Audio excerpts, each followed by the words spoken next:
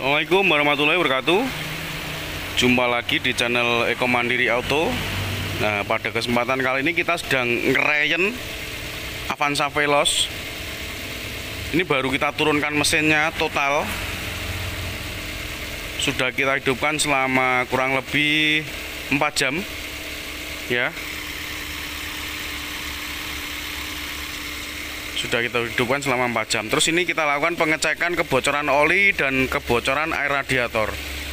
Nah, mengapa mobil ini kita turunkan? Dan ada banyak sekali komponen yang kita ganti.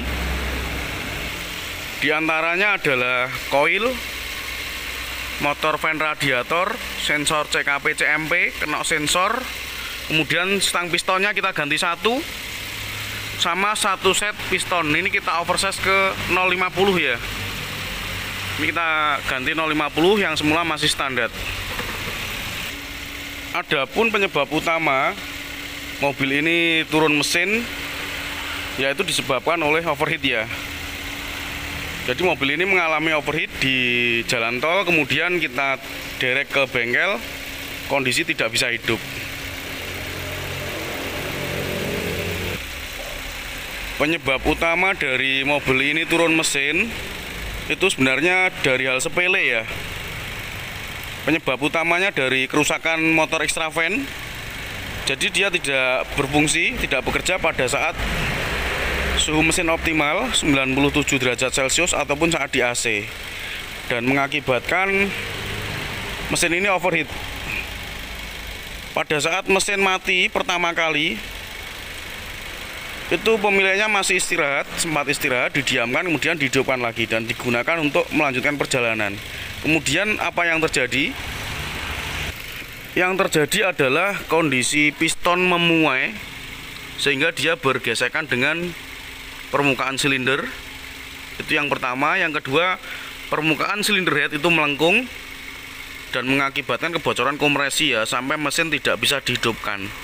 Dan air radiator itu masuk ke dalam ruang bakar dan berdampak stang piston bengkok. Kemudian kalau sensor-sensor ini akibat overheat juga. Jadi karena kondisi mesin yang terlalu panas mengakibatkan beberapa sensor itu leleh.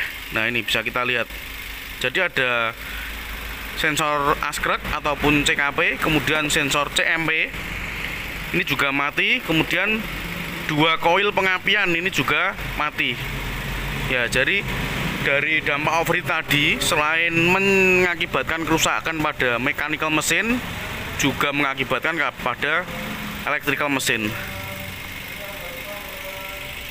Jadi ini untuk pistonnya kita oversize ke 50, kemudian kondisi metal jalan duduk dan samping masih menggunakan standar karena memang tidak terjadi kerusakan. Kemudian kita lakukan penyetelan ulang celah katup ya, karena kondisi valve dengan permukaan valve atau kondisi klepnya itu bocor, dan kita lakukan penyekuran ulang sehingga harus dilakukan penyetelan celah katup ulang ya. Untuk estimasi biaya perbaikan tergantung kualitas yang digunakan, akan tetapi pada mobil ini perbaikan total mencapai 10 jutaan, baik perbaikan mekanikal ataupun elektrikalnya ya. Ini mesinnya kita matikan dulu. Pada umumnya mobil-mobil era kini itu sudah mengalami turun mesin, itu bukan karena pelumasan ya. Memang ada beberapa karena sistem pelumasan, karena sering telat ganti oli, itu juga ada. Tapi pada umumnya karena masalah overheat yang berakibat mesin ini harus dilakukan overhaul total. Nah, untuk mengantisipasi hal tersebut, kiat-kiat apa saja yang harus kita lakukan, bagaimana cara pemeriksaan secara rutin pada mobil. Nah, kali ini saya akan berbagi tips untuk mengantisipasi hal semacam ini ya. Untuk yang pertama, pemeriksaan extra fan. Itu kalau ini digoyang-goyang sudah kocak fan blade-nya ini, nah itu sebaiknya dinamo motor fan segera diganti ya. Itu yang pertama. Untuk yang kedua, kita harus sering mengamati kondisi volume atau kapasitas tabung reservoir.